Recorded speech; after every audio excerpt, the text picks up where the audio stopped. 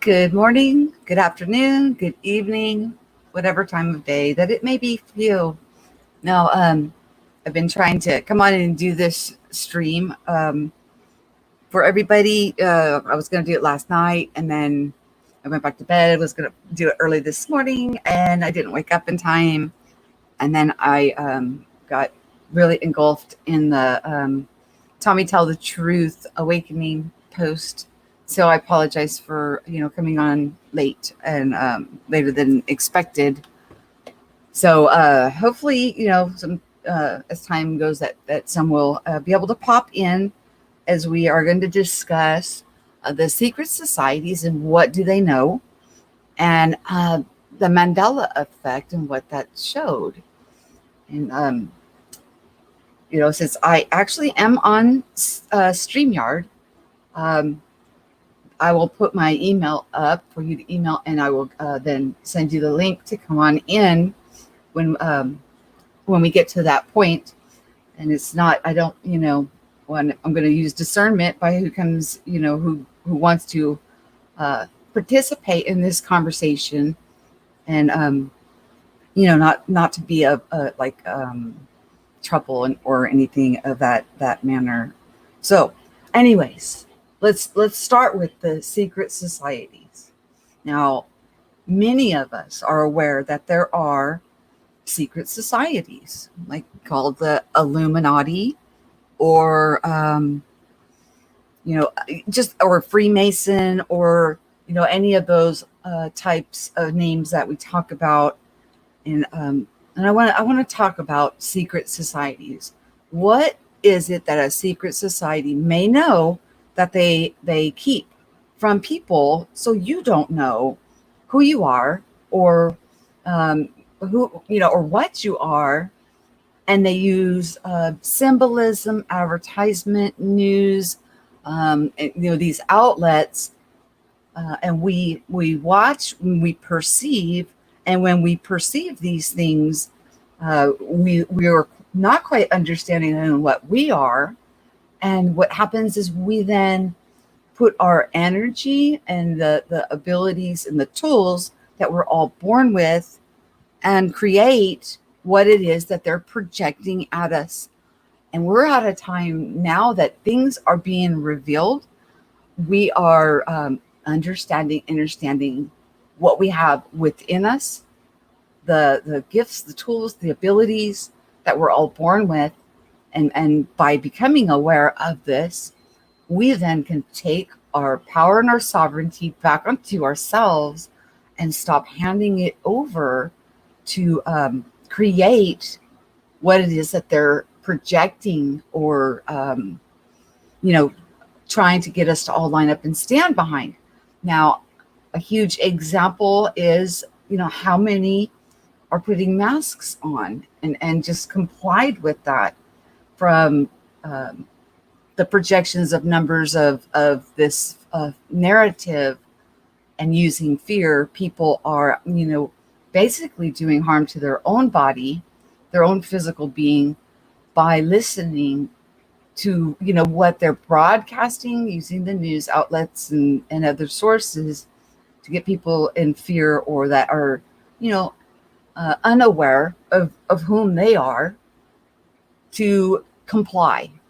And by complying, then we are then affirming, and we're sending our very essence, our very divine nature, our tools, the giftings.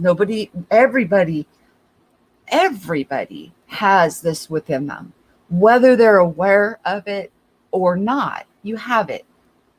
And the secret societies, having the gnosis, knowing this about our essence, our being, using these tools to get us to create through manipulation, through major outlets, get us to on the what do you call it? The collective consciousness, the quantum consciousness. Now, when we talk about quantum consciousness or quantum creating, every single person, puts a little piece of themselves into it. It is a little fraction of our essence, and by the majority of following and flowing these narratives, it then becomes a part of what we are seeing on the world stage. So, when we understand that on the quantum level that we are, creating this through manipulation of those who actually know who you are, what you're capable of doing, and why they use so many sources in order for people to add to it and make it then a part of our reality that we deal with. Well, that's coming to an end as we are awakening and having this profound understanding of who we are. And on the subconscious level, we are, when you awaken, and try and put this in a correct way to make it easy to understand. Okay, we have our awareness. That's our waking time as we're walking through and experiencing. We have our subconscious. Our subconscious can create and does, whether on autopilot or you're aware of it, what you're walking through in your direct field.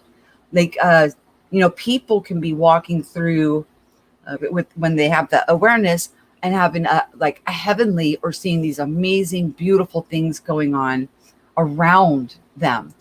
And then we have the collective or the quantum consciousness. And that is where each of us has a little bit of our energy that's flowing into that to be magnified out onto the world stage. So what do these secret societies know? They know you. They know your essence. They know your power. They know the tools that you're born with. And a part of it, being called a secret society, is that they have this gnosis, but they do not put it out for people to know this about themselves. So it's a small eclectic group. They get together, and you could probably list them off. A lot of truthers, a lot of what they would deem a conspiracy theorists, or things of that nature, that have dug through many of the propaganda things or narratives that they've used to get us to go, like the one major event that was broadcasted on the television day in and day out. We were seeing it, and then they used our energy to then go for whatever the narrative was that they wanted, and that would be the war, to go and conquer and get us to consent with our energy, even though it's just a little bit. That's why they need so many, and to go and postulate to have these kind of things happen with us unaware of the underlining of what is being used and taken from us. It's an energetic exchange.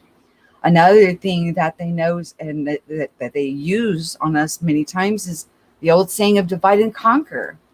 They have no problem with creating so much division, and whether it be through religion or culture or countries or anything that divides us. They have no problem with those kind of narratives, because they basically get us to cannibalize each other's energetic and the fields that are around us. So the infighting begins, and then we start to cannibalize one another's toroidal field, with our energy. Again, a lot of times people do this and they are not aware that they are actually, we've heard the term of energy vampire and things like that. And they don't understand because they're standing firm on a narrative that's been put out there that they believe in and they have no doubt in. So then they dig their heels in and are actually will infight and cannibalize one another. This when I talk about a secret society, they don't have a problem with this. They do not care. They actually they know who you are. They know what you're able to do, and what a better way to keep everybody in the dark and in confusion is to get us all to fight and bicker and tear down each other, or to feel that you're so unworthy that you're waiting for a savior to come from the clouds, or that your religion is better than or the right one, and people will actually kill one another in the physical over that, not just cannibalizing energy, but actually will do heinous things to one another. So these secret societies, if you really want to know the people that are actually using the essence of your divine nature, just follow the money, go up to the top.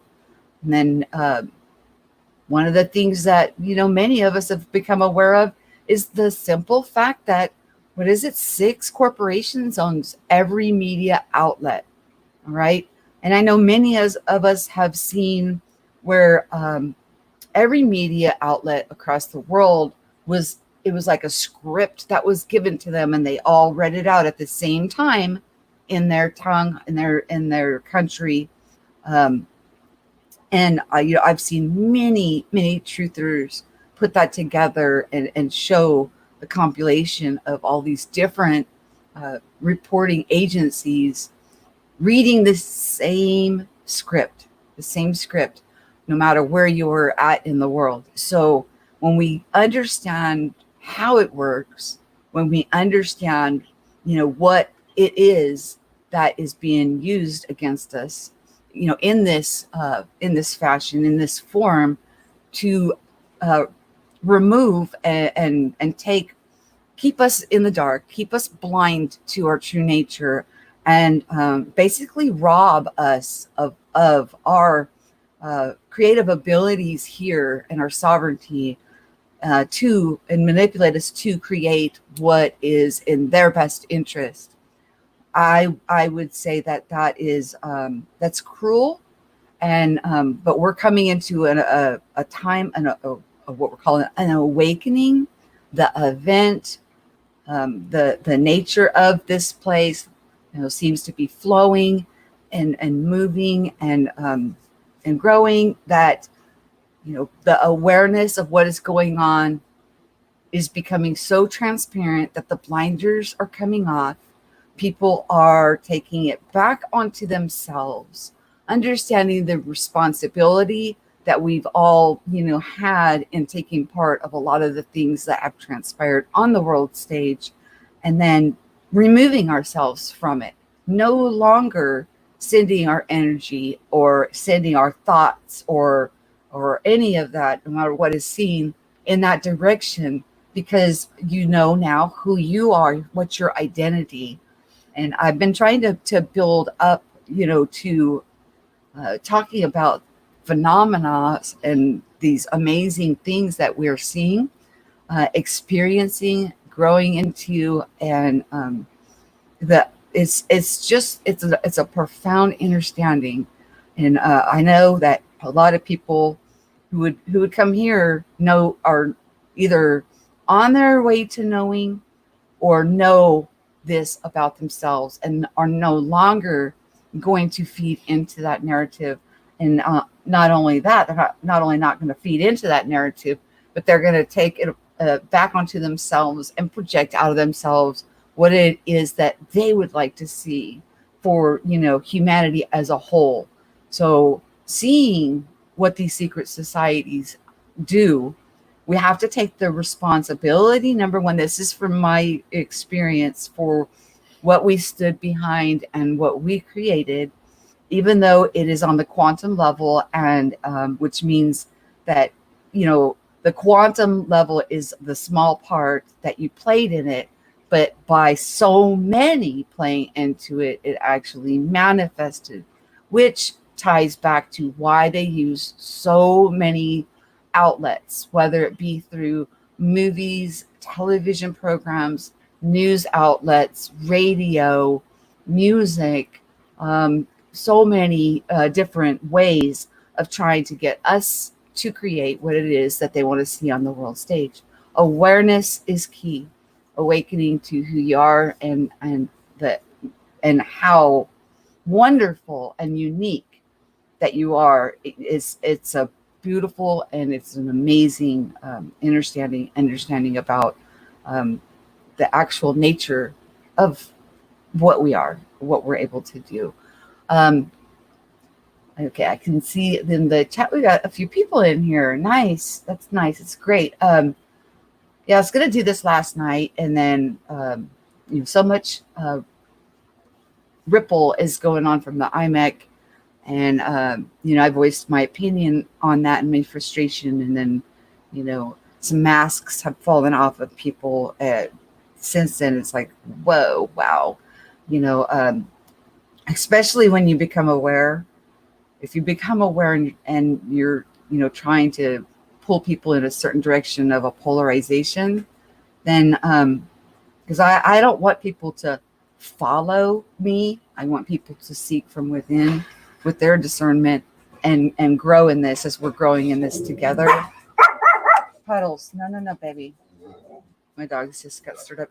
They're always like that. They're quiet, and then as soon as I go live, they want to talk. It's so hot where we live that it's miserable. So I'm not coming on camera today because it is just too hot. It's too hot. But anyways, okay, now the secret societies. I hope that can help anybody that wants to know what the gnosis, or that what they know about what they use, the tools to pull things back onto yourself, and then project out from your sovereignty what it is that you would like to see in the world. It sounds simple, but a lot of times we cleave to things that we were taught or brought up with, and it's hard to let go of some of that as it being a control or a dividing thing between humanity. But the truth is, all of that division is false. We're all here to have an experience, express our, we're in our actual nature. Or if you go back to the purity of your nature, as you walk this out, that there's no desire to oppress or harm anybody else's sovereignty and rights to be. At the same time, you don't want your sovereignty and your rights to breathe and to express to be trampled on either. It's a mutual respect that we have for one another when we take away all of the programming and the narratives that is projected out to cause division, the divide and conquer type things. All right, now let's talk about the Mandela Effect. And I'm going to talk a little bit about that. And what I'm going to do is I'm going to put up where my email is, and my email is open. You can email me, and then I will let you come on. And the reason I'm doing that instead of just putting it into the chat is because there's some underlining currents going on right now of some issues from people that are just confused about, who they are. And, when somebody just doesn't like you and they don't know you, or they're following another that's postulating it, it could be not, number one, it could be dangerous. And number two, it's just in confusion. It doesn't make them any less than or greater than anybody else, as we are all equal. We are all equal. So as for the Mandela Effect, let's talk about the IMEC conference, and why I expressed uh, what I did when we all got together at Karen B's. Number one, I was like super tired and frustrated, and I had popped in to watch it because I'm going to tell you, the Dark Wolf's Den did one the year before. It was just off the charts amazing, and this one was so different than that one. And when I've attended many conferences in my life, and when I'd go to a conference that had a topic on it, it stayed on topic, and with that, I knew when when it said that it was a conference on this topic, it was on that topic. And I felt that this year's conference was kind of all over the place. I didn't really see much about Mandela Effect, but from a perspective of a different point of view on it, is that maybe that the speakers were talking about where the Mandela Effect led them to, instead of starting with the Mandela Effect and talking about where they had walked out and figured out things as we walk on a narrow path. But in the meantime, I also felt a polarization of, almost like a religion being projected out there. And there's one thing that I know about for myself, the Mandela Effect, is the liberty and freedom and sovereignty that I've grown into. And religion, as we have been covering, is binding, which religion means, to bind. So you're binding or swearing an oath. And I gave several examples about, when we make New Year's resolutions, we're binding ourselves to that. And that's why we always seem to fail when we try to do those kind of, even self-law. We're trying to put a law into ourselves, and then you just don't get there. It seems like we put them out, we do it, and then all of a sudden we failed at it. It's like, oh, whoops, I tried. But don't beat yourself up over it. That's the design. That's just the way it is. We flow here. This is what I've learned from the Mandela Effect. The Mandela Effect, for me personally, is like a huge signpost. It was basically telling me that this place is not exactly what I thought it was. It's something so different. Hush, honey. It's something so different than anything that I was taught in school, anything that I was given to me. And talking about Puddles, Daddy's gonna have to put you in the house. Talking about like college degrees and things like that. Well, I went to college, and everything I learned in college is different now, from art history, human anatomy. I'm sorry, excuse my stumbling.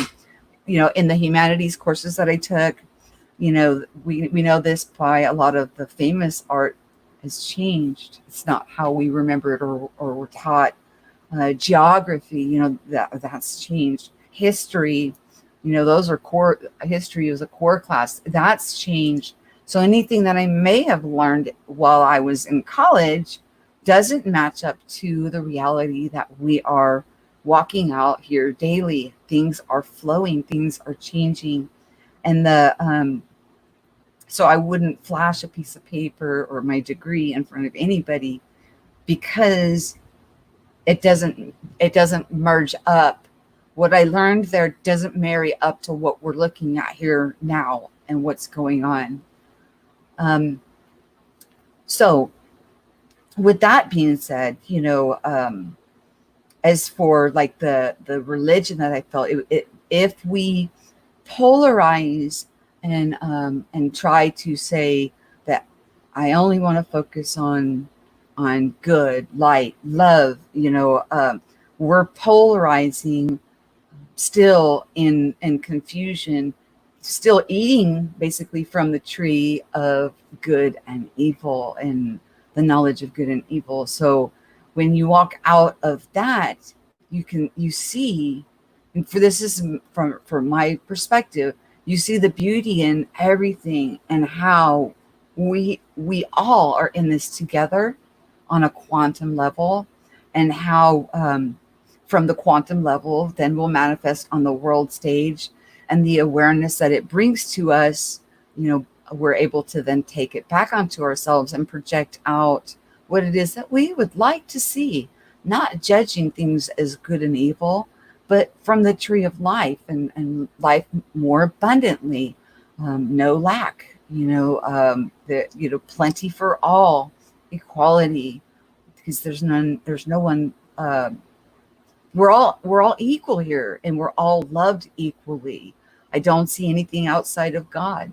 This place is so phenomenal that to enter into this place is something that we can experience here, that from where we come from, we can't. So that's, part of what makes this place, so amazing and wonderful. Let me see. I'm going to put up the on the banner, the ticker, my email. I have my email open. So if you want to email me and come on this stream, then I will send you the link to invite you on in to talk about this. Now, do I think that the conference was hijacked or deliberately swayed off into a direction? No, I really don't. When you try to put together something like this, especially online for consumption of the public, the only thing that it really boiled down to after, much time on thinking on this is the name of the conference, because if somebody came in later or, and hadn't caught some of the other speakers, because there was speakers there that did talk about the Mandela Effect, but to come in later and then to see what was going on, that's where the confusion and frustration came from, is because it was so far off topic that it was like, wait a minute, what the heck is going on? I mean, wait. Now, if we were meeting together and the conference was held in a building and it just progressed along like it was the year before, then, you would be going in daily and you would be watching and participating in the displays that were being shown to you, and there wouldn't be the confusion of, if you like it is online given to the public, where you come in and listen to a speaker and Mandela Effect's not even brought up. Now, that's where the confusion came in, and the frustration. And then, of course, somebody is postulating that you need to keep your mind only on high things, or completely positive, polarizing, positive. That's actually unrealistic, and that's really not why we even come here to Earth School or Earth Expansion. It's to experience and grow and expand on things that, and again, this is from my perspective and through my journey, what the revelations have come to, that where we come from, there's no lack. There's and this is where we will return to once we leave this arena. But this place, that, when you look at it as a creation from the standpoint of creating a place for us to have such an experience as to, let me get back where I can see your guys' comments, where we can actually experience lack, or and then be grateful for abundance, and to experience falling in love. We come from a place that's all unconditional love, and it's portioned out equally. It's such a love that it's beyond our understanding. But to come here, pretty much wiped clean of anything you knew, or that, from where you came from, you understand that this place is designed that way so you can have an authentic experience. So with the authentic experience of having lack, and being grateful for, for abundance, and also, falling in love or having disagreements or gleaning from one another. And all of this is awesome. All of it. It's when people like will follow another, like back to the secret societies and cannibalizing one another.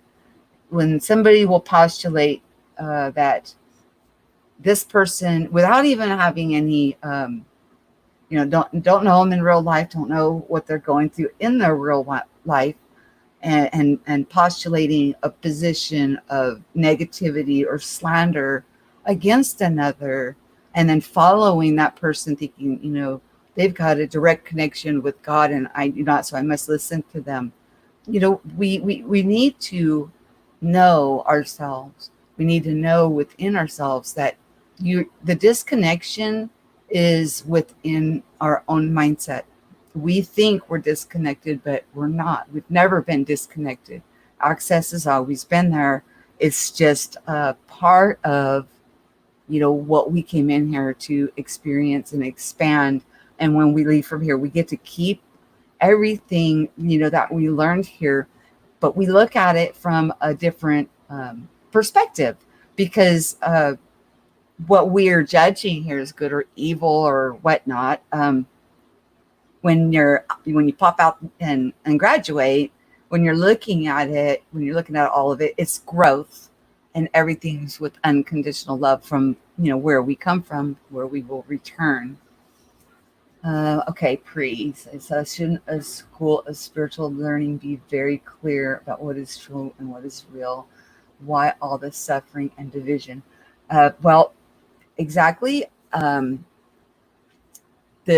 That's for growth, and by changing our renewing of our mind, let's say, changing perspective or outlook, and not having doubt, and going with it, you witness miracles, you witness healings, you see a different earth around you, you see different heavens above you, you see that we're all brothers and sisters.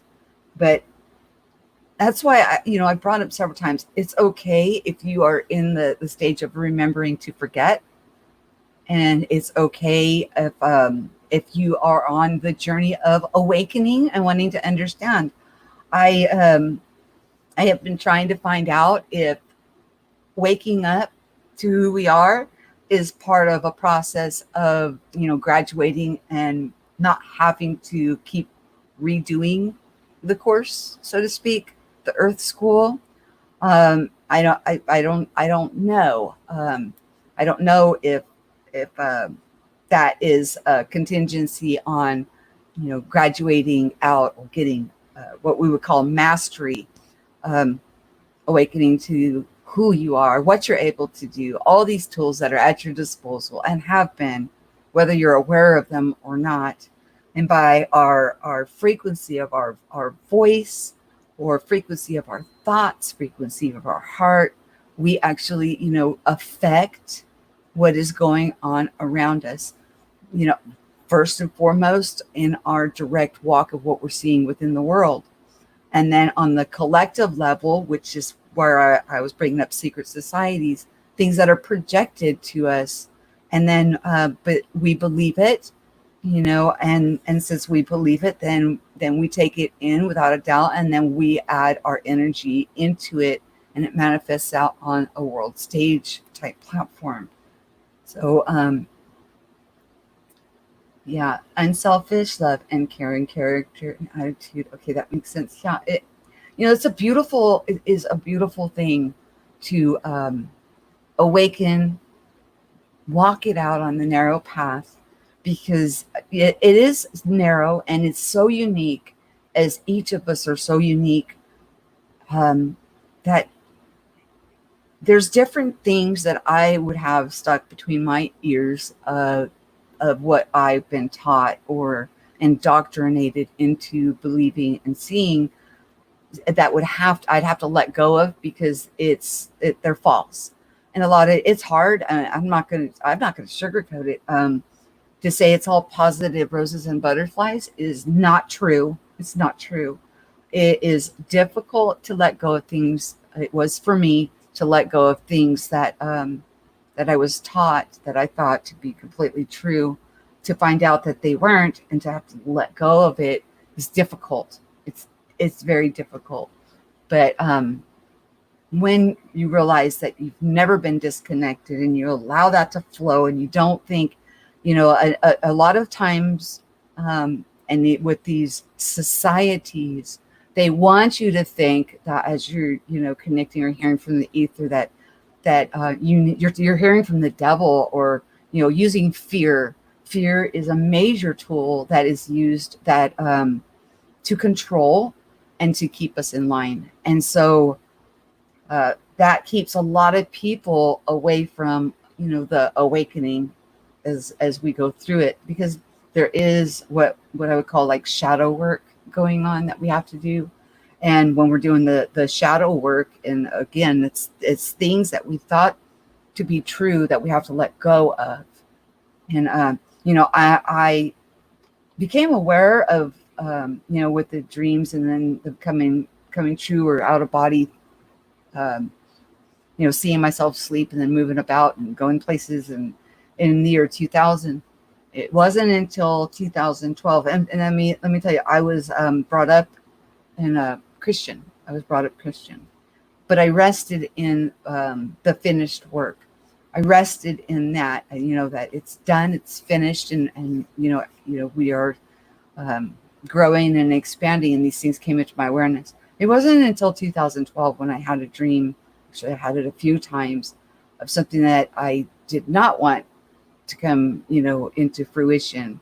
Now, as I've mentioned earlier, and we're going to get into these phenomenal things that we have within us. Some people will maybe call it magic, but it's not magic. It's just it's our nature. We didn't come in here ill-equipped.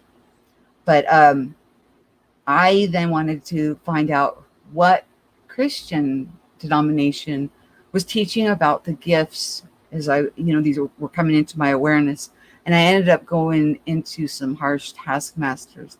And then I thought, because I didn't want to see this come to pass, that I was being punished. And I heaped up a bunch of things onto my shoulders, that were burdens that weren't mine to carry. So again, I had to go through letting go of now something else that I had tangled and twisted myself into. And it's difficult. It's not easy. I'm not going to sugarcoat it. This walk is not an easy one.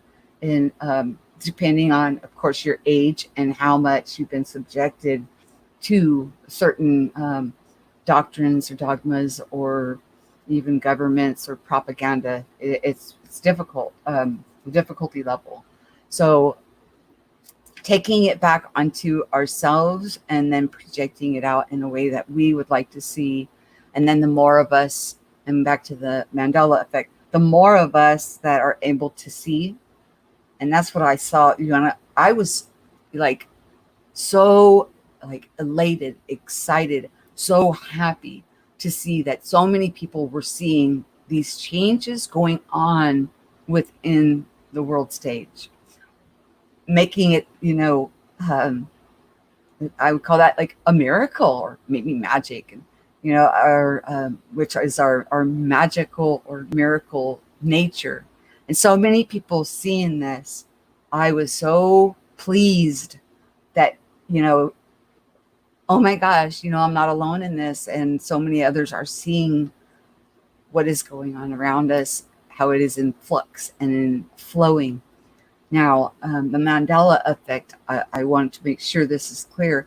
The Mandela effect is not a religion, and it doesn't, we don't need to turn it into one. It's not. It's an affirmation. It's a beautiful, beautiful thing for those who are able to see these amazing changes that, a lot of them are jaw-dropping. Doesn't make it for it's not a belief structure. It's not. It's just seeing, having the scales fall off and seeing what is going on within you. I guess I should check the email to see if, let me make sure my email address is right. Yeah. Jesus loves me 77. Oh, oh my gosh, you guys. Hang on. What a ding dong. Let me change that. I'm sorry if you've tried. Okay. There.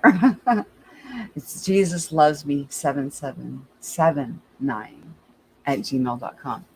And obviously you can see by my email address when I activated my YouTube account, I was a Christian, obviously. And I haven't changed my email address, over the time. I've just left it alone because that's where my roots were. That's where I started. That's where the beginnings, and then we move about and learn and grow and glean. And why, I watch so many different channels and of different types of nature of expressing themselves is it's colorful. And it's not about, I'm not sitting there saying, oh, this person does that, so I need to get away from them or anything like that. I see the beauty in everything, and we all have something to offer to one another, and it's amazing. It's absolutely amazing. I could actually just I could be brave like boy and just put it in there. It doesn't mean that you will come on, because it'll show. I will be able to see that, and then I can also, if somebody comes to cause trouble, then I could remove them. So let me do that for you guys. What do you think? Just let me see. Let me pull this up and do.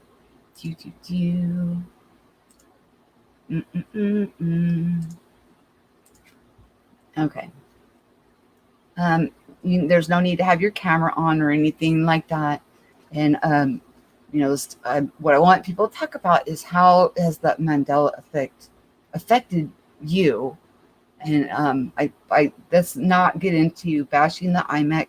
It was just if we actually went and sat in a conference, then it would have all kind of merged up and married up into it would have made more sense if we were sitting there and watching it and gleaning from it, going from one speaker to the next to the next to the next.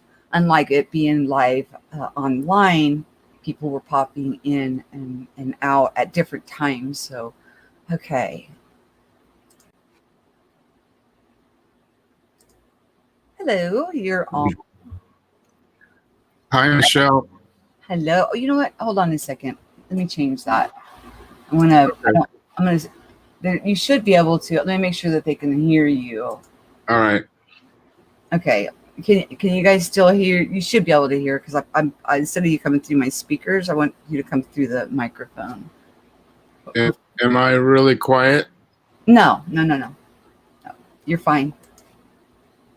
You are fine. Let's see. Make sure I'm up. Can you hear him? Okay.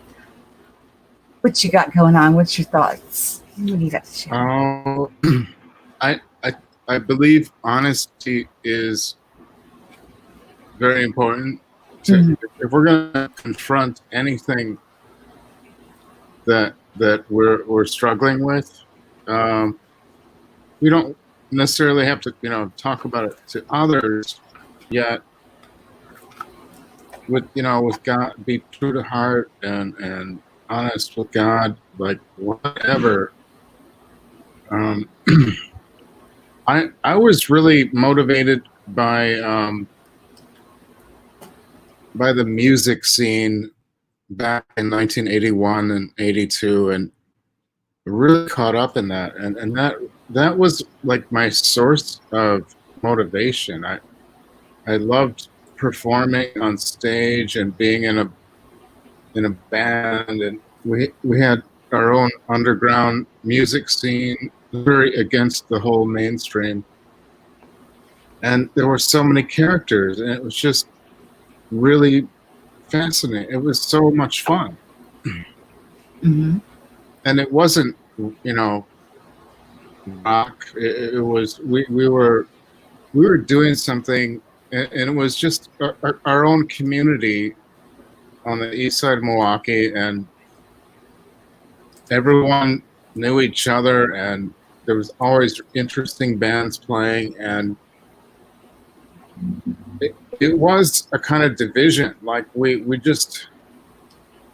didn't like, all the mainstream music and rock and the cliche kind of things, the commercial plasticness of they were just always so much sellout music. We hated things like Van Halen and Fleetwood Mac, all that. I mean, that was the cause of the subculture at that time. It began, 1977, and it became really strong by 1982, and then it became infiltrated more and more by kind of a very stereotype.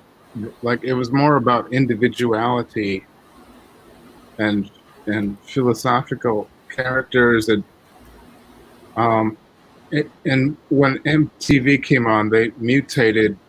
They kind of did their own version of what the new wave was, which was really a very commercial sellout, Eurythmics and stuff like that. It was really stupid, fake version of the new wave. And so that caused a total misinterpretation of what it was. The avant-garde had to create a whole new underground. And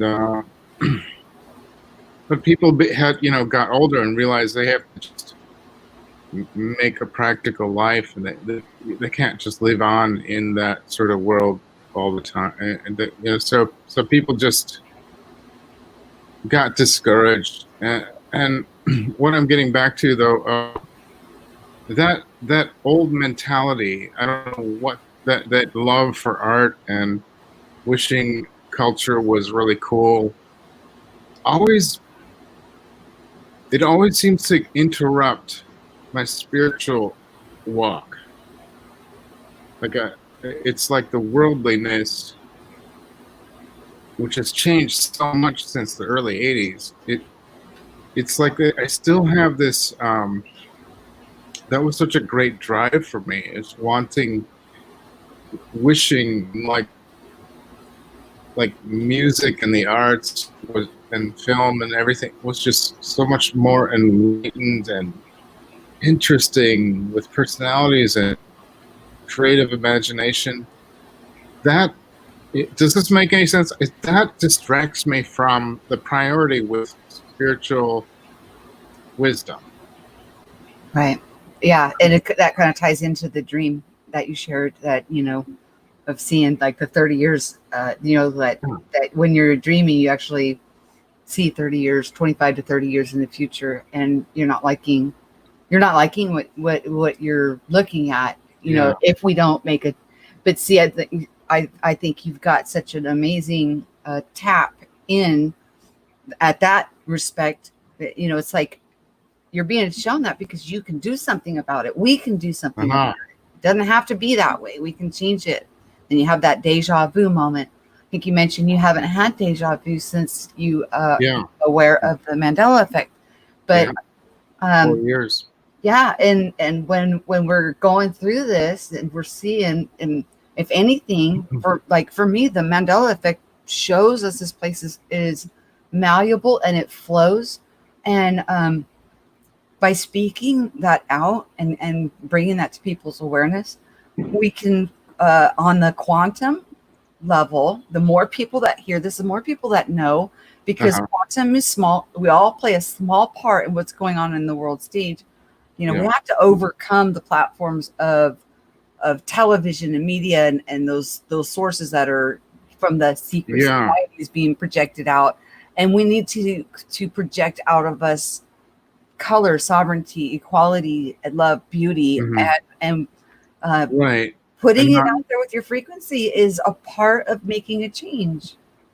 hmm And you'll have that deja vu moment, that you haven't had in a while because you're vocalizing it.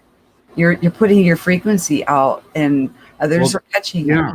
That brings up, if I'm aware of it, then that must mean like I must be teetering somewhere in the middle. Like I'm aware of it, but I'm not sure what the next step is or why it keeps coming. What do I do? How do I respond to those old motivations that don't apply to this day and age? It's sort of like that ran its course. You know, I there- I don't want that way of thinking. I mean, I understand, why I felt that way then about how I didn't agree with the way everything was going. I thought, oh, this is all wrong. This is terrible. But that shouldn't be interrupting my motive now of just staying in a positive awareness, whatever wisdom I can find, applying that to not caring and looking for how I can help people, things like that. So I try to do. It's just I don't know. I'm not a I don't believe in astrology. I see all the coincidences. Like every Gemini I know does seem to have Gemini qualities. Like I don't. synchronicities. Yeah, Synchronicities, yeah. yeah. All the Scorpios I know, it's like, wow, that sure seems like the same kind of character. But I just don't subscribe to it because I think each person is unique, and I'd rather not make those assumptions. Um, I'm Scorpio. okay, yeah, I know many Scorpios, and they're tough. Is my impression. If astrology is true. Well, I can tell you from my, this is my heart. Uh-huh. I trust everybody and I love everybody, but again, I am 110% with you until Yeah. you do something to harm, or Right. then I walk. Yeah. I'm done. Now, Yeah. before I knew about, before this narrow path walk and understanding, how each of us come in, and what we're able to do. It doesn't mean I don't love that person, because I know who they are. I know what they're able to do. I their infinite possibilities and probabilities. But at the same time, while we're here, we don't have to be around people that are confusing or oppressing or causing harm to us. Even if when they're doing these things, they're doing it out of confusion. But if it is squashing my sovereignty and my rights to be and express, or they're trying to put me under a banner of any kind, and if I don't comply with how, if I don't tap my head, rub my belly, and hop on one foot as they think that it should be done. And what if what I was trying to bring up is duality, because I've always had inner conflict, and it's been the worst part of my whole past is duality and moods. Like I just don't see life the same every day. I go from generally two polarities. I know. I've watched your struggles, and I mean, and I'm going to tell you, Yeah. this is just from my observations. Okay. That although you have been pulled in several directions of old things, old things right. that you've been taught, brought up, and being tossed from there and to the new understanding of your sovereignty and what you have and what you have to offer and your rights to express and not be trampled on. You're coming from you're walking out of hive mind into your sovereignty, and it can be very, very difficult. It is an inner battle. We are actually fighting with ourselves when we're letting go of things that no longer serve, that we have cleaved to. Right. The progress that you're making, it's beautiful to watch from an observer's point of view. So is one of the first steps to first acknowledge and accept that, okay, there is this duality, that's a reality, but to not deny it, and like, okay, I can see why that, if I can see why it keeps that's what I don't get. Why does it return? Like, why isn't that gone now? I'm not sure about. And if I'm diligent, if I'm trying to make the new awareness, really strong and way over all that old stuff. Like I feel like, oh, I shouldn't be at this point anymore. Why am I still? Why are you being hard on yourself? It's hard. Yeah. And that's why I see when people are out and they're perpetuating that it's all sunshine and roses and it's easy. They're not being honest, or maybe they haven't walked through it, or they're still polarized, or they're still confused. It's not easy. It is not easy to let go of things, especially when it comes to like a belief structure.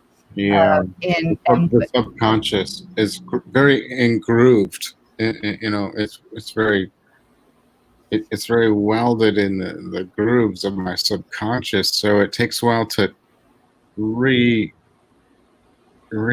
well, maybe it doesn't take a while. I just, because I hear some people just like when they realize something, their subconscious dramatically change. Like it isn't a problem. So I'm just. It's a renewing of your mind. Yeah. That renewing of your mind. Renewing of your mind. Yeah. You will know the truth. You will then live life and life more abundantly. It's like I said, the same book that I got twisted and confused in that was the same book that actually got me out of the confusion. So, I say, don't throw the baby out with the bathwater. Whatever it is, and it is a narrow path because you're the only one on it. You're a unique being here to have an expansion and an expression. So therefore, with that, you grow, and when you're ready and you remove the doubt, then there's no longer duality. It completely shifts your paradigm. Now, over the decades, I've seen things manifest within my own life that are what would be deemed like it's miracles and things like that. It's just it's jaw dropping. It just is. And like I said, with that dream that I had, I didn't want it to come to pass, but it wasn't like as we spoke last time about dreams that were, I know if I'm an actor in it, I can pull myself up and I can observe it. And if I don't like the outcome when it actually comes into reality, I can do something different. And then I'll have that little deja vu. And then it means I've changed something. This dream that I had, I was standing there, but I was like translucent. I wasn't an actor in it. So all I could do was observe, and there was nothing that I could do that would change it unless I took that person and just locked them in a room, and how that then again, I would be trampling on their sovereignty. Did you go through a time of oscillation where you were, where something was giving you, wasn't letting you make that important, that sort of crossing that bridge? Did you say isolation? No, oscillation. like oscillating, like like in a a winding staircase that you're just going. like a middle ground where like the old and the new Hmm. Hmm. are in that struggle. And Yes. um because I think it's because my past feels really empty and like I'm just so unhappy with the way things went that I feel like I have to replace it with, I have to like somehow I have to like make up for a missing foundation of who I am. Hmm.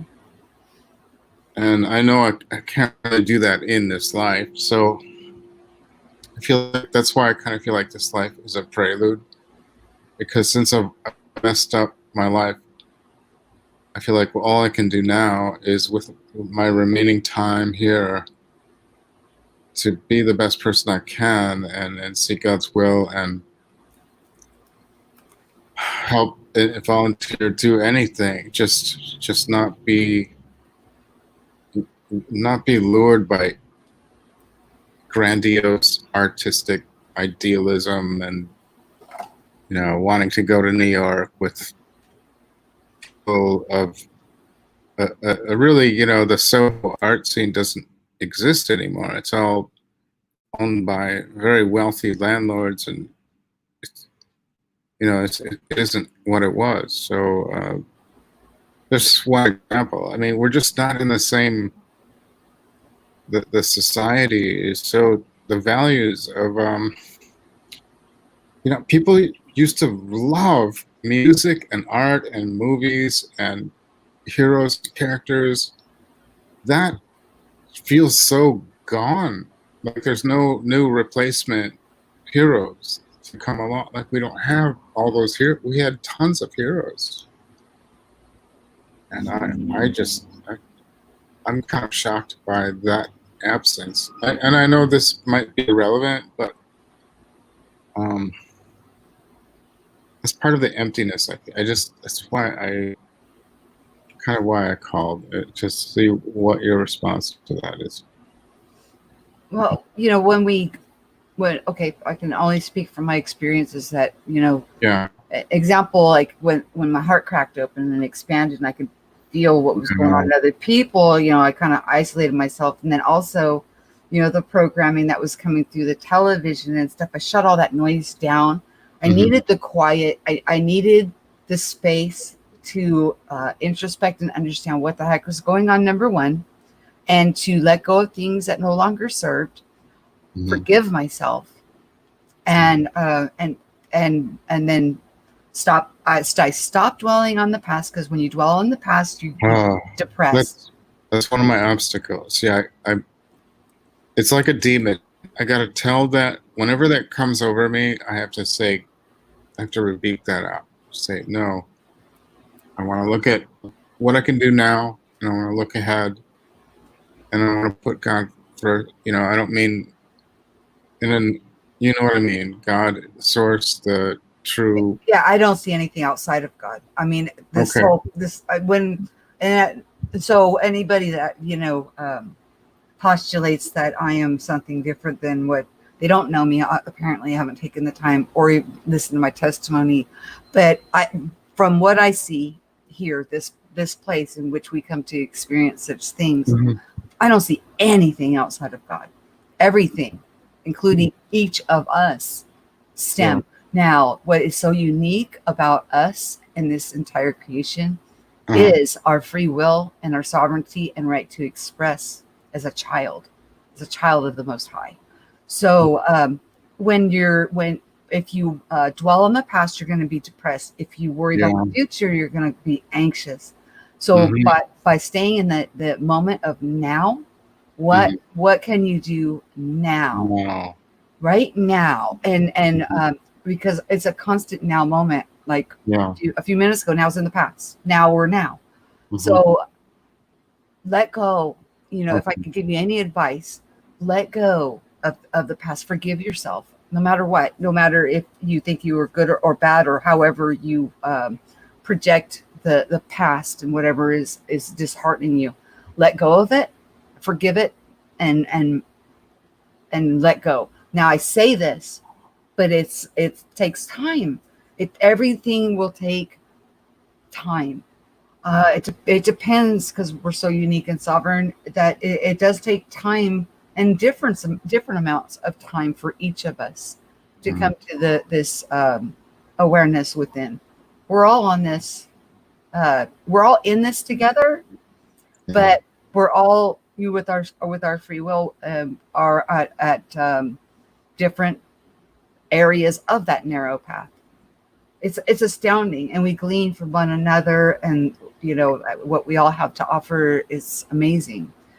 So that was one thing I had to overcome, was my past. I had to let that go, and then I had to stop worrying about the future, and I needed to just stay in the now moment, and then go from there. Okay. Quiet all that noise down that was in my head, and just be. That helps a lot. I'm glad you explained that. Thank you. Yeah. I guess that's what I want to call about. Do you have anyone else? No, nobody else has popped in. I haven't put the link in again, but that's okay. Because I wanted to, did you have anything to say about the Mandela Effect or the conference, or in a positive? I mean, okay. Yeah, in a positive light. I think Sean Bond is young. He seems maybe 19 or 20, and I don't, I think he's searching and trying to figure things out. He might be, his motive might be too sort of corporate. He seems sort of materialistic to me, but I could be wrong. But he's young, and so I don't want to judge people like he's. I think he was asked into the conference without really knowing. I think he had to do like a crash course on what Mandela Effect is. I don't know if he's really affected or not. I thought he brought up a lot of interesting subjects. I kind of felt like he is just young, and I don't think we should judge people that are just trying to figure things out. And I think his main concern is he seems more left brain, very practical, more than spirit. I could be wrong. I don't want to judge, but I'm just saying a lot of people were being kind of harsh on him. Yeah. And I thought, well, not just him though. There was a lot. And when it gets to the point where people are name calling, like personal attacks and stuff, well, that is. I don't assume anyone to be a shill or an unreal, a soulless person. We shouldn't assume that just or a reptilian or something like that. We don't know. That's not our place to judge. So everyone's at a level. It could be, maybe we are in a simulation where there's these non-real players that are kind of like props. But we can't really assume. I think the test going on is that we treat everyone as real with sensitivity to their feelings and not assume.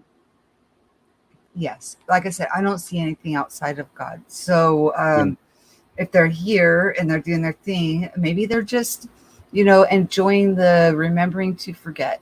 And, so we shouldn't judge based on their lack of understanding, or, when we resort to name calling and we don't know anything about their real life or what's going on, then we're taking the low end. We should, because we don't know what these people are walking out on a day-to-day basis. We don't, and what they're seeing today could be very different a year from now. Like, they're like, well, this is what I put together, so this is what makes sense to me at this point, but that could change. I'm always searching, and I'm not a good I don't claim to be like a teacher. I'm not a teacher. I'm not wise. I'm just pretty average, just like someone that's trying to figure things out. Me too. Yeah. Yeah, because there's always the next thing that you don't know. Exactly. And Yeah. that's, although I have my experiences, and from my experiences, Yeah. hopefully people can glean and, it is in my heart. My heart wants everybody to know who they are and, how amazing that we are, and to come out from this, anything that divides or polarizes or has people Right. compartmentalized or in boxes is Yeah. false. It's false. And to let go of that kind of stuff and come together and Yeah. and even when people are attacking and doing things like that, I'm still pressing on here because it's important. It's so important to me for people to know. Yeah. Forget these secret societies. You know what I mean? The cat's Yeah. out of the bag. The cat's out of the bag. So let's all share what we know to be the truth. We're not just these meat suits. We are so much more. My goodness gracious. Yeah. You can't.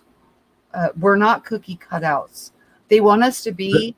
They want us to be hive mind. They want it. They postulate. They want to divide us up into, camps, and they want us to cannibalize each other. Well, what are we going to do brings up a about it? great question. I'm sorry. Keep going. I'm done. Go ahead. Where does imagine?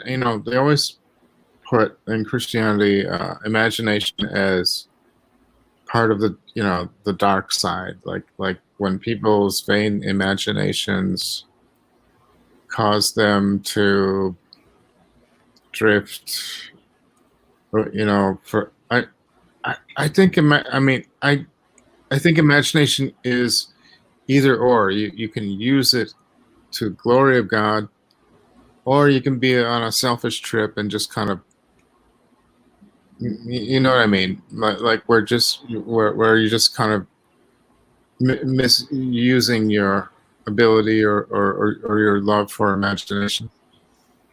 I don't So I'm wondering, remember the where does scripture. imagination fit in with wisdom? It's like you have to like dial it to a degree and kind of know the limit and all that. Well, okay. I don't remember ever about imagination. The scripture that comes to my mind when you're saying that is, when you think on things, which would be in your imagination, if you want to, do that without doubt.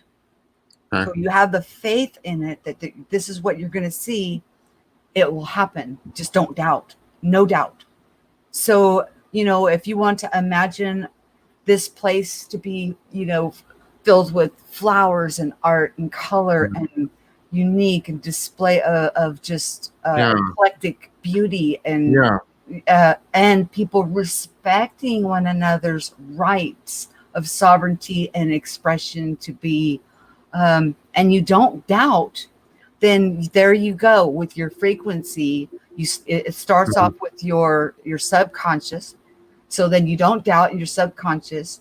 And then, of course, in the quantum, you're part of the quantum, which, of course, quantum, we're small when it comes to the world stage. Out of 7+ billion people inhabiting this place, we all put in a small part of what shows up on the world stage. Therefore, you're putting in to the world stage what you're not doubting, all right? Through what you're seeing, imagining, and wanting to see. And that's why when I was, the first topic is secret societies. They have all of these tools that they are using to get us into creating what they want to see on the world stage. We take our power and our sovereignty back onto ourselves and start to create from our heart. We don't doubt, because then we know that we know that we know. And once, we let go of things that no longer serve, and we stick with the truth, and that can be, whatever doctrine or whatever politic, whatever is separating you. You realize that there's no separation. And the same with, there's no separation. You don't need a mediator between you and our creator. You're connected. All of these things, they all fall away. And then we can, on the quantum level, be putting our thoughts without doubt, which will first affect, you'll see it in your natural, what you are walking through on an earth here. And then it will then magnify out as the more, that's why I say the Mandela Effect got me so excited that so many people were able to see this. And then it's where we go from there. What do we walk into? It's not that we see the Mandela Effect and that's it. I mean, there's a lot of things that I still had to let go of that were no longer serving, and realizing the identity and having the full reveal of how amazing each of us are, and these tools are that we have within us. What if those who are unable to see it are they're able, because it affects them in a way to change whatever it is in their life, and those who are not seeing, they're already learning fine at their pace, and so they're not. So there's these two layers. There's like those who are like God is trying to tell, like kind of give them a budge to, like, hey, wake up, in a subtle way, like in a way that doesn't force. I wish I could phrase it better.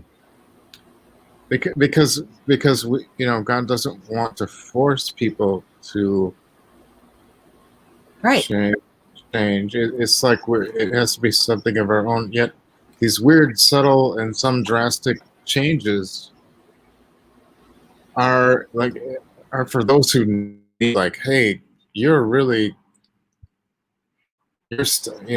for me, I've felt stuck, and so for me, it has prompted me to, like,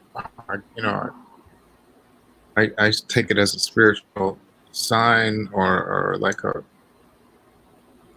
it shakes me up. It's like, hey, wake up! You're in a, because I have felt like I'm in a kind of coma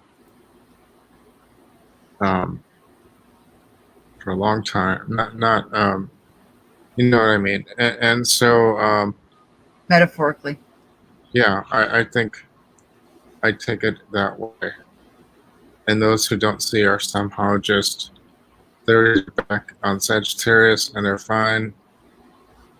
And they didn't need to have this jump start.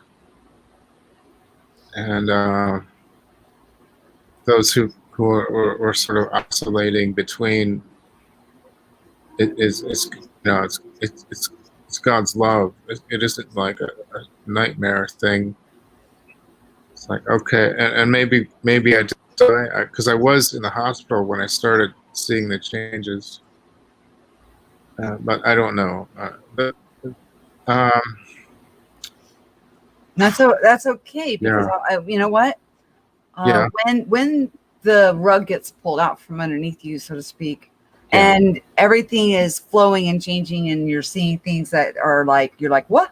Wait a minute. A lot of times, you think you're losing your marbles, but all it is really is your eyes are being opened, and you're getting that wake up call. So that's what that's what my intuition says. I think I think that is true. It's like for those who are just jammed in a rut, and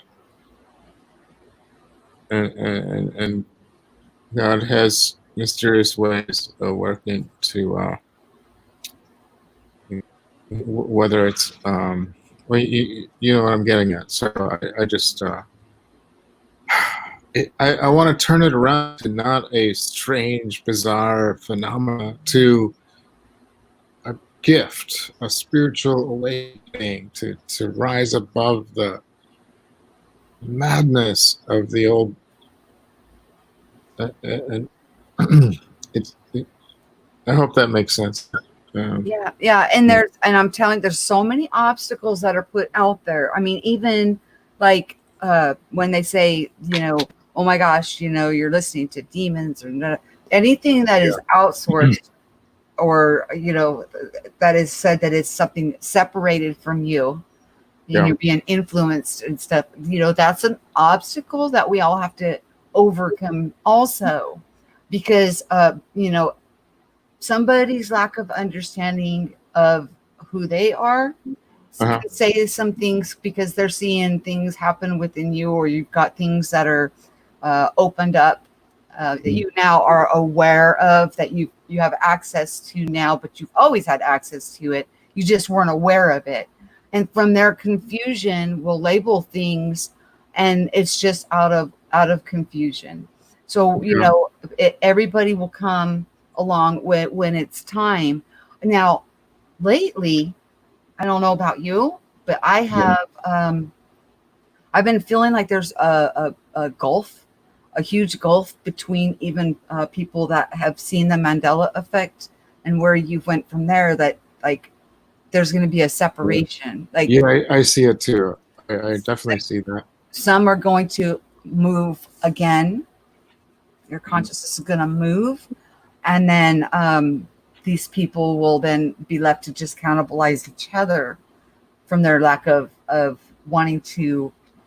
I mean, and I'm sure you can testify too, it's not easy. This is not an easy walk to come out from underneath all of the false narratives and delusions that are put in our path, and to let go of them and just be and allow your gifts and all the tools that you came in just to flow.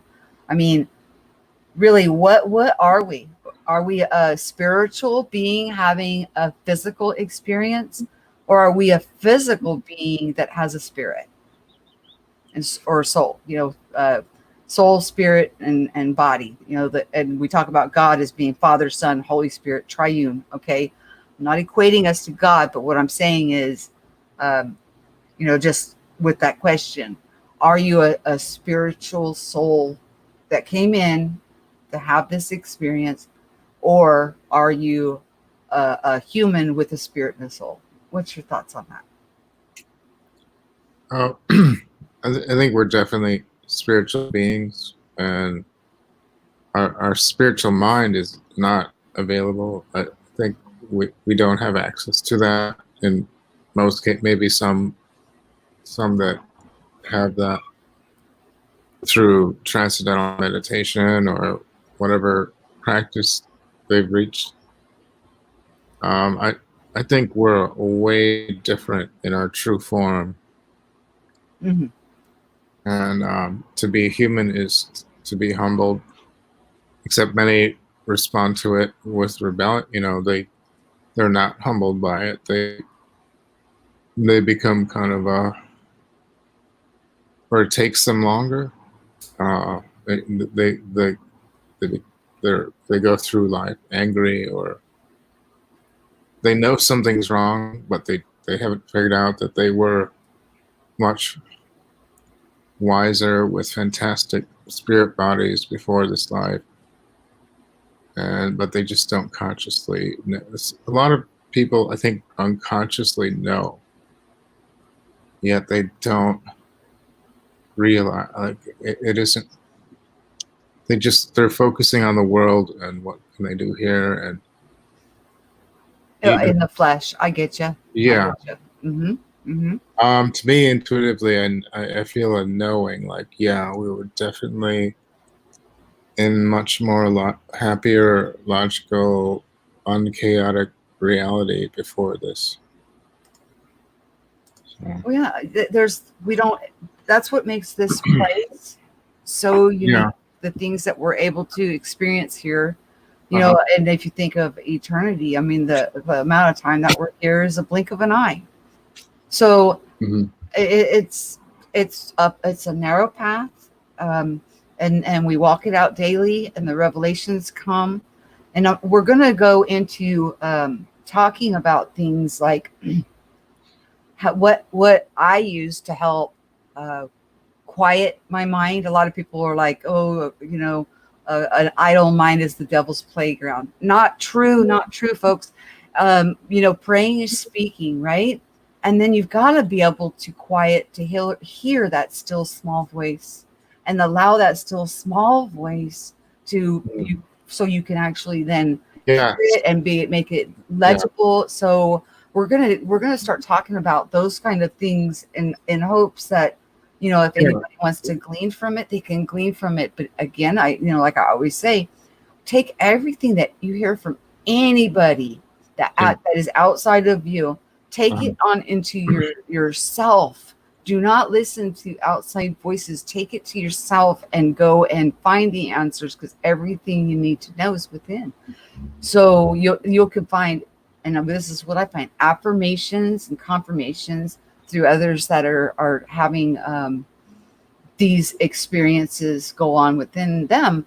And that's why I was just so ecstatic about the Mandela Effect, and people started talking about such a phenomena that, you know, it's like, oh, it's not such a lonely walk after all. There's many people going through this. So, you know, it was pretty amazing. Do you remember Moneybags? Of course. Do you remember him having brown eyes? Because in April of last year, it suddenly changed to a lightish green or a grayish green. I mean, for me, because I watched his videos since I was in the hospital in 2016, and he was one of the first, you know, with Life Matrix and a few of the others going on then. He had brown eyes, and that's one of the weird changes for me that I don't hear people. I don't know if it's the timeline I was in. Something happened in April 2019 where suddenly he had lit eyes. It freaked me out really much. Wow. Yeah. But back to what you're saying about, when we quiet our voice to listen, we become available to source what it's trying to tell us. And many, including myself, we have our minds so preoccupied with our own built up rationale that we don't learn new perspective, because we're not quieting that, you know, all that we've worked so hard to build up. But what I like what you were saying before about when we quiet the mind, and that's based on a verse. Something that I don't know. I definitely need to do more, and I can't tell. I'm done with trying to tell others what to think or persuade them or convince them. If they ask, I'll tell them my opinion, but I'm not out to convert people. Right. I can only tell them what makes sense to me and see what they think. Exactly. Yeah, somebody else join in. Who else is here? I've been on for a while. Red Pill, Grace Elder, Silent J, Go Kart Bob. Yeah, I prefer like one at a time, but I will.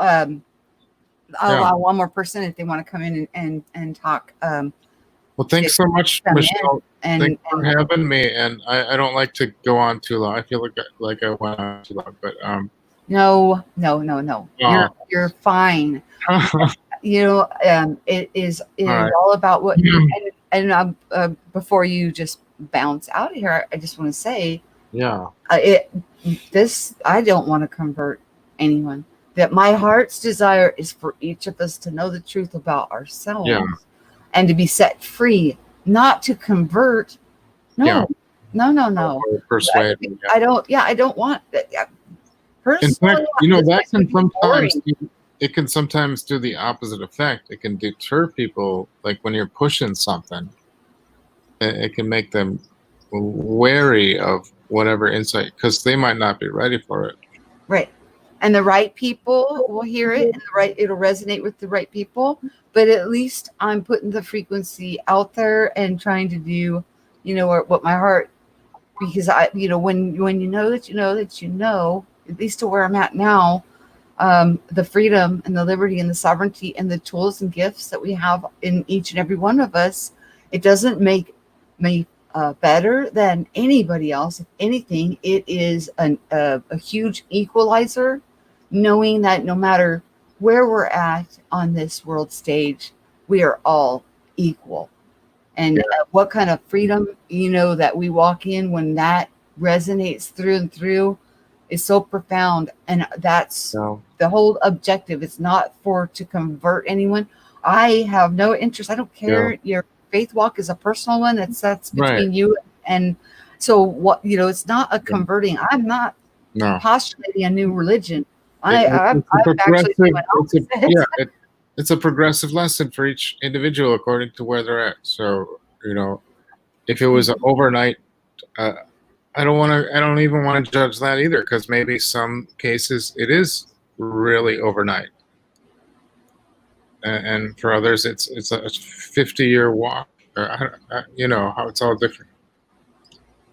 Yeah. And like I said, it took me 17 years of going through what we've been going through here. And of course, if anybody watched before my daughter did pass away, she came on with me, and from a child's position, what she was seeing going on within me. And so you got her, and also a testimony of where she is, or where she was at in her walk of awareness of who she is before she left us. I mean, it's just something profound.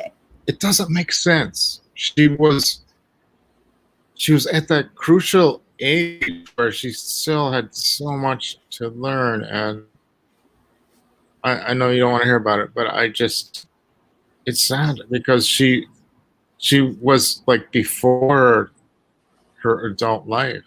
She was still a kid. Yeah, and I'm telling you, that was the 2012 dream that I couldn't handle. I just couldn't handle it. I couldn't handle seeing that. Yeah. And I'm telling you, at that point, I did not want to have my dreams be 100%. No. You know what I mean? I was like, and so then I started to seek and see who was teaching on these gifts and what they had to say and what I needed to do. I thought it was a punishment, but it wasn't. I know she's got her sovereignty. And I got to look at it from this perspective. It was quick.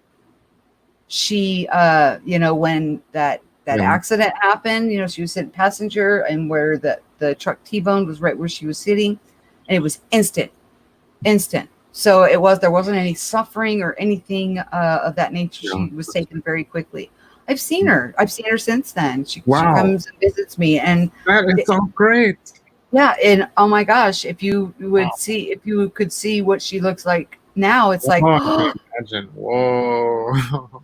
Yeah, so we limit ourselves. We are the ones who limit because where we're at. But that's part of expanding, growing, and learning and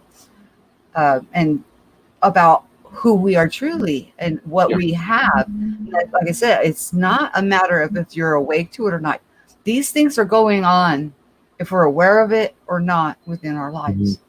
So the more awareness that we have of it, the more that we can then use our energy and frequency to direct things in a way that is a better outcome, at least from our perspective, for everybody. We don't look at us. We look at everybody that is here having this experience differently. As we know that we have all these gifts and tools, and they're in our awareness. So do they. But they're just not aware.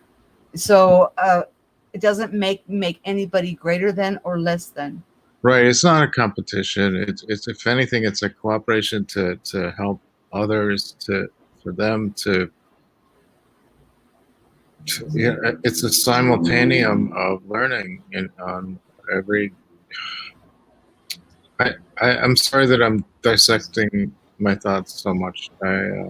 I think people actually appreciate that more than you know.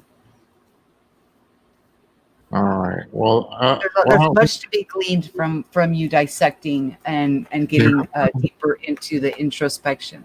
why? Introspection is Well, huge. yeah, you make a point because others don't do that. They kind of just rant right off the top of their head, and they don't care. Just let it. I wouldn't want to be that extreme. I would rather be self-critical than just say anything off of emotional impulse. So self-critical it's it's really in between though. It's neither. It's usually neither extreme that works. It's the middle ground. I could be wrong about this. To me, those are the people most balanced. Is they see the extremes in both directions. You're right. Polarization. That's Yeah. why, I brought up, the religious aspect that, was projected on the IMEC. It could, because the Mandela effect is it's not a box. Yeah. It's not a box, and it's not all going to be sunshine and roses and butterflies. This is, a complete renewal of, like, let's call it a purification process. You get trodden down in the wine press, or the olives are getting crushed and crushed and crushed to get that oil. And as they're crushing it, a little, even the saying, a little leaven, completely ruins the whole loaf. So if you've got any leaven or any polarization, then it's completely, you got to throw the whole thing away, because it's junk. And so by seeing polarization, by seeing the duality and the division, that's by seeing the falseness of it for anybody who would polarize one way or another, and to walk in a piece of seeing and understanding. It doesn't mean you don't have the right to have a passion or a direction in expressing yourself. But when you can see polarization, as you've just explained, you are then, now you're taking it back onto yourself. You see the delusion of the polarization, and you're like, if there's usually, and be quite honest, what you said is so true. If there's two things that divide people so completely, and like they won't talk to you, or they just shame you because you don't believe, and like you're not tapping your head, rubbing your belly, and hopping on one foot just like they are, beating that same drum, and that they won't talk to you, then that's a false narrative. That neither side is right. Neither. It's fake. Right. It's like when people talk about flat Earth. I'm not saying they're wrong. I'm just saying, well, I don't see that, but that doesn't mean it's okay for them to call me names like, oh, you just don't know, that I'm not saying anything bad about them for seeing flat Earth. So why are they giving me a hard time about it? Yeah, you're just using that as an example of polarization. And right. Yeah. And I have to say, I respect there's okay, people.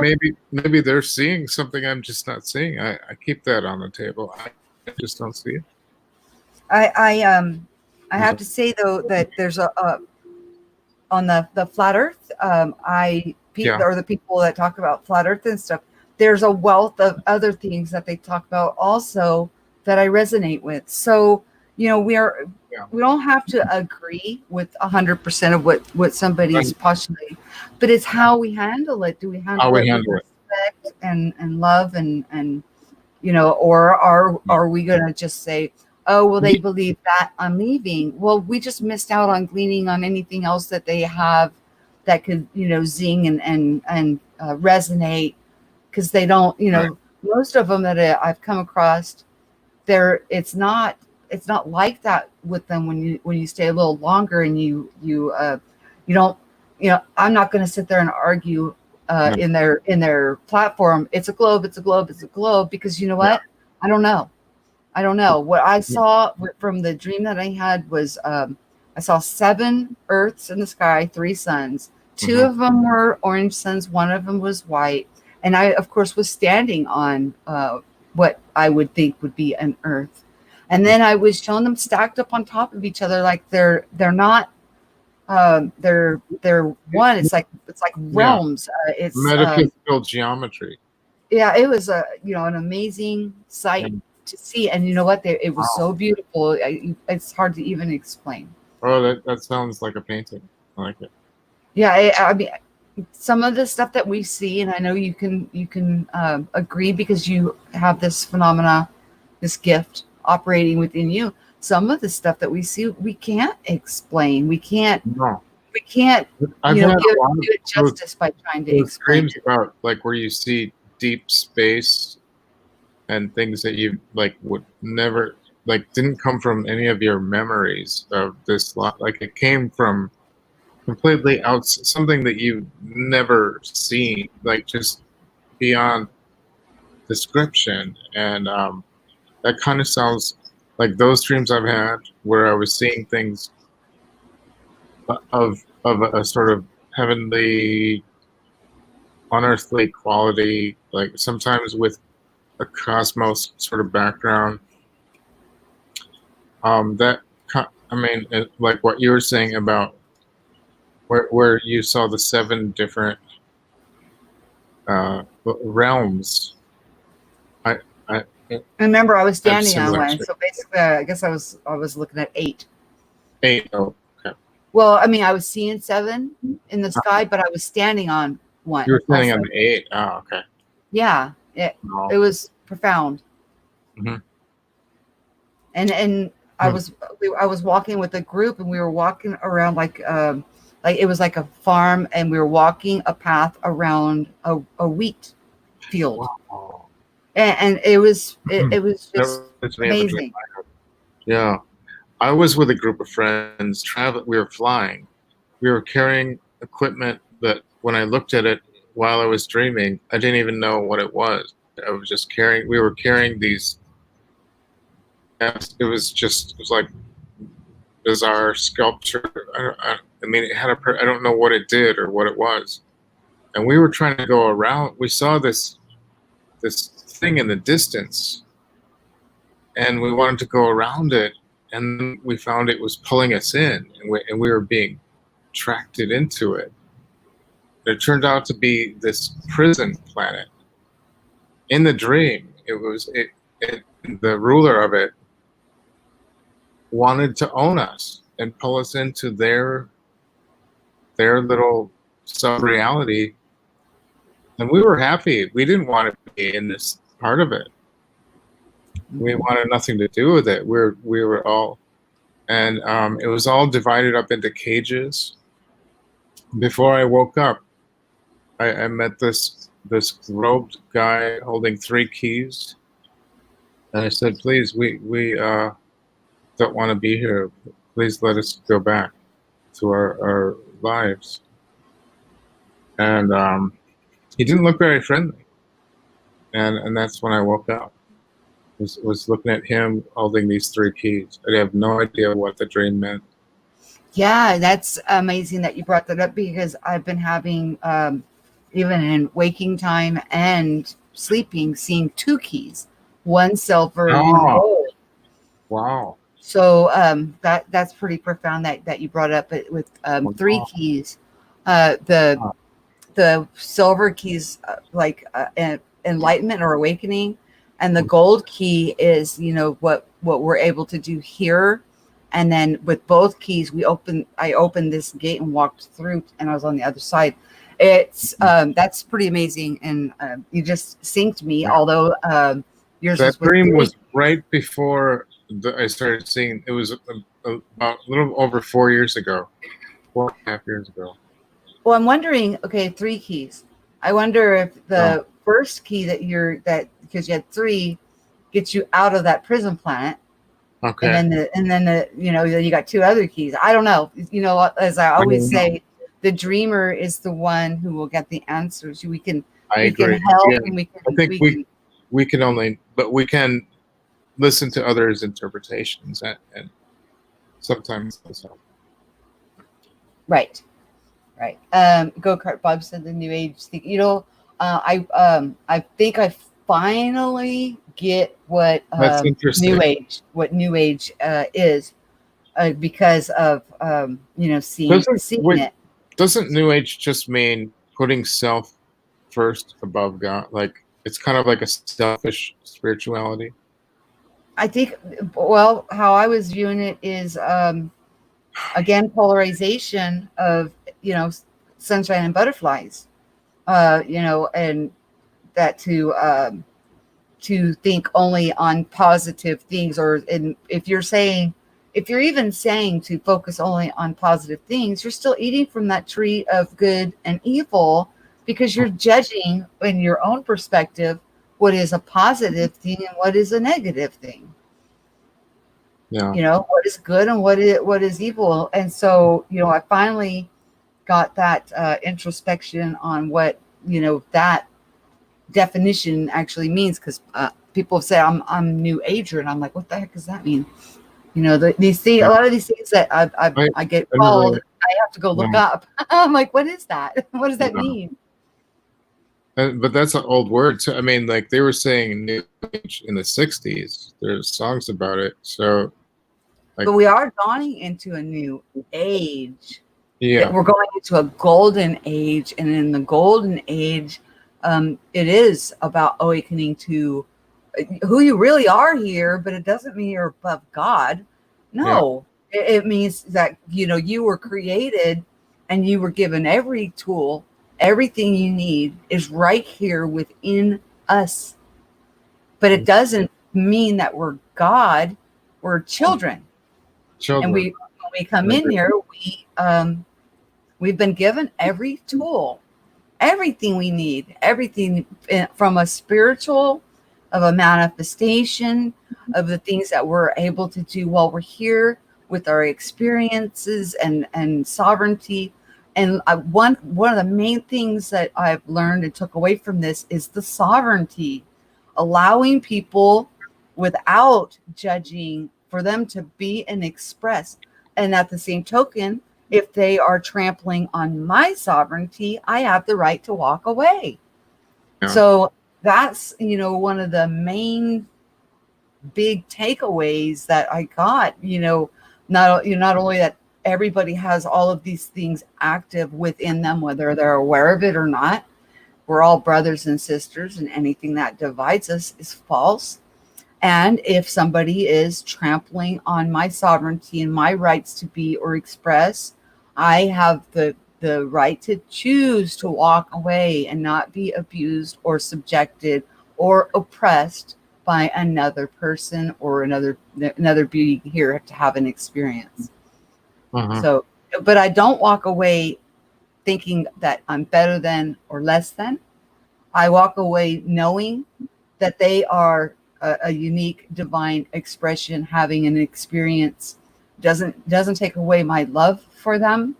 It just means that I'm going to use what I have here, and I'm no longer going to be a part of that situation. I walk away. I've chose to walk away from it. It's not serving. It's something that I've let go of and moved on to other things. There's so much more depth and beauty and exploration to be had. Why stay somewhere where it's trying to perpetuate hive mind, groupthink? You have to believe my way, or or you're this or that. That's not serving. That's not lifting each other up or to the awareness. It's it stifles. And so I choose with my sovereignty to walk away. And it's just like high school, when people would put each other in in a category, like the freaks and the jocks and the nerds and the preppies and the Mm-hmm. whatnot. It still exists today where people are still locked into this, putting everybody into stereotype, even in spiritual circles, saying they're a new age person, or they're an evangelic, or they're a Buddhist, or they're a atheist or agnostic. And I think it isn't that way. I think each person is acting on what they understand, and like some are not seeking, some stop questioning, and that's what bothers me. It's like, oh, it's all here in the Bible, and there's nothing more that can be learned outside the Bible. I'm not going to say, well, they're wrong, but I'm going to say, no, you should keep. I don't think God is that petty. I think we, look at how the book of,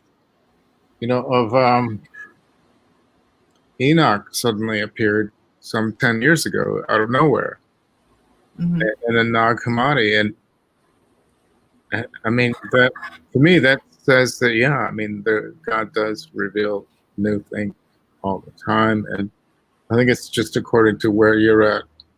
What when the student is ready, the teacher appears. Yeah, and there are always signs, because I think that's one of the universal rules, is that it has to be put out and it has to be revealed in truth before any kind of delusion or act against, or to try to get to get people to put their energy on the quantum level into a world stage event, to keep the hierarchy, or the rich and the poor, to keep that gap in Yeah, place, which is also false.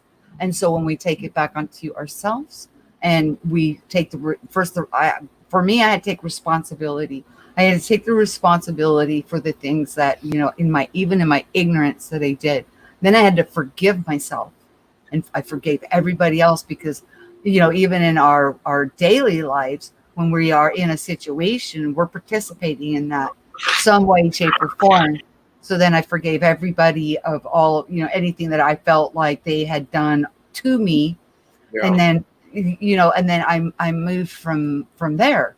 So it all started with what some would call repentance, or being completely sorrowful, or uh, you know, uh, having a paradigm shift of the revelation of that I was a participant, and just forgiving all my brothers and sisters, and also needing to forgive myself for all of the things that I became aware of, that I had done to others before, I even in the darkness and the ignorance. So that's a huge part of my walk, of my testimony. that's great. Thanks for sharing that. Yeah, and it's hard. I Yeah. mean, it is. Yeah, I'm not gonna, like I said, to say I'm new age. I'm not new age. I just I'm coming out and talking about things that seem almost fantastical or fringy, but it's within everybody. And again, like I reiterate often, that take even what I say with discernment, and look and seek within yourself, and then find affirmations, and test everything, and you That's will come, yeah, you will come to the knowledge. You will know. I know. I know who you are. I've got that. I've walked that part out. Yeah, and I mean, like, I was just listening to David Lynch did all these talks. He did a world tour about transcendental meditation all through Europe and America, and you're saying that it's meditation is like fishing. It's sort of like you're waiting, and if you're patient, you will receive that insight. Like whatever question or concern, a lot of people just don't wait. They're anxious. They don't wait it out, and and then they miss the insight. And transcendental meditation is a way to I think it doesn't conflict with Christian uh, belief or universal, whatever a person is, agnostic. If anything, it's a great form of prayer and showing patience, Mhm.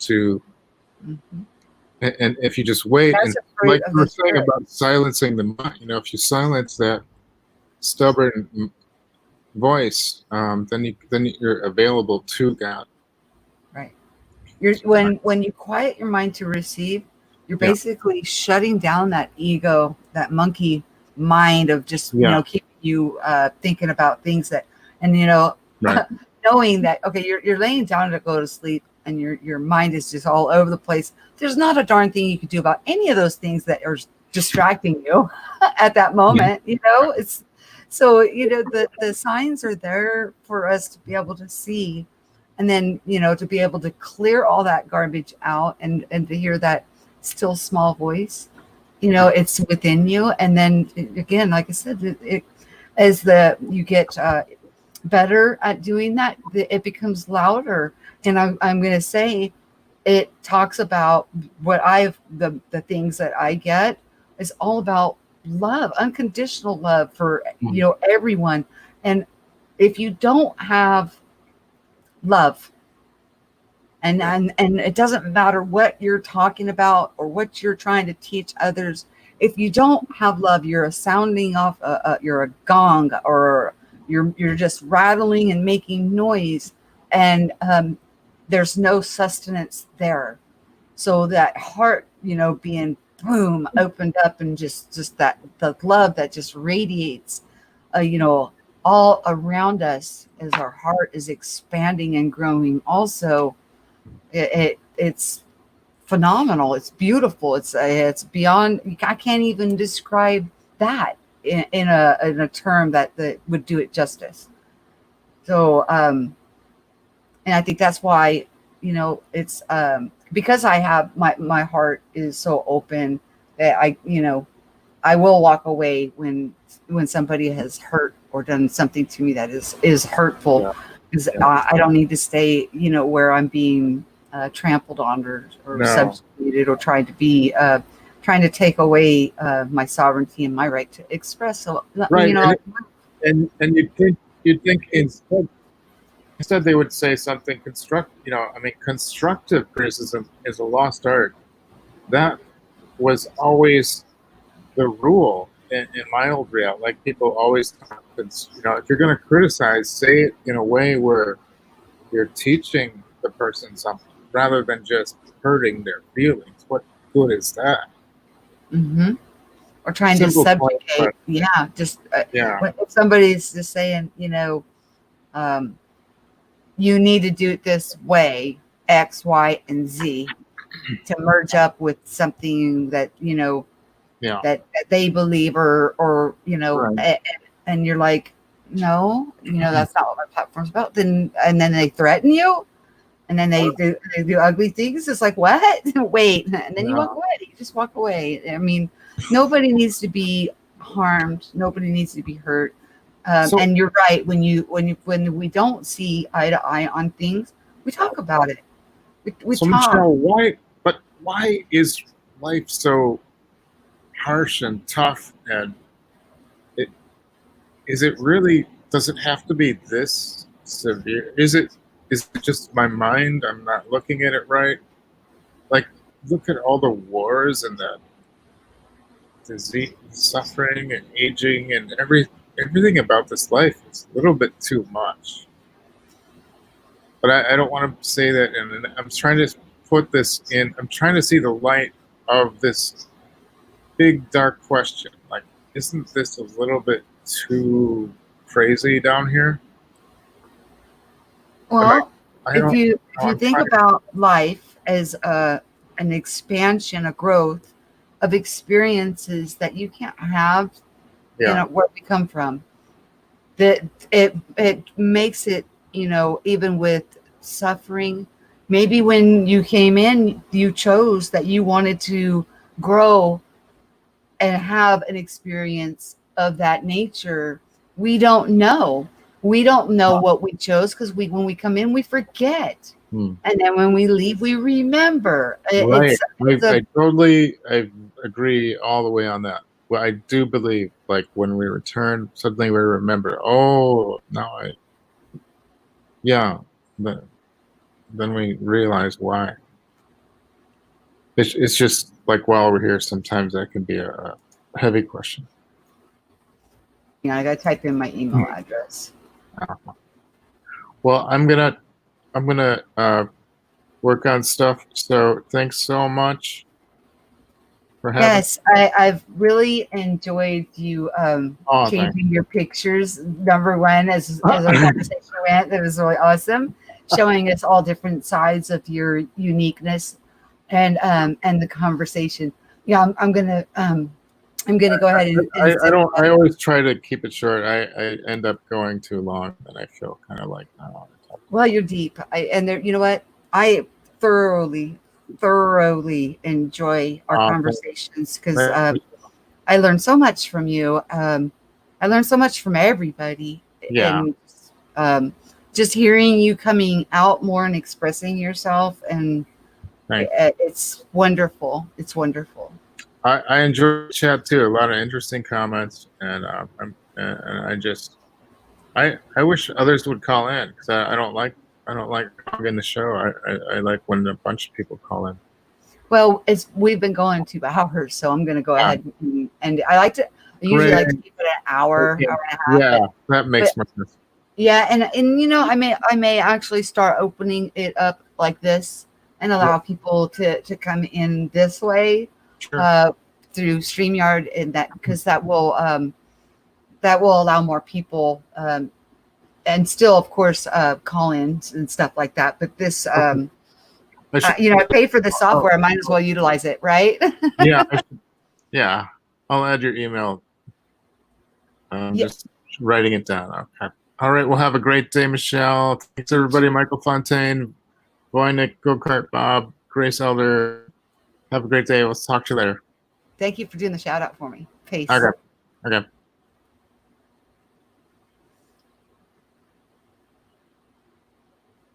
Okay, that was preliminary, and you know, his channel name is the same as his username.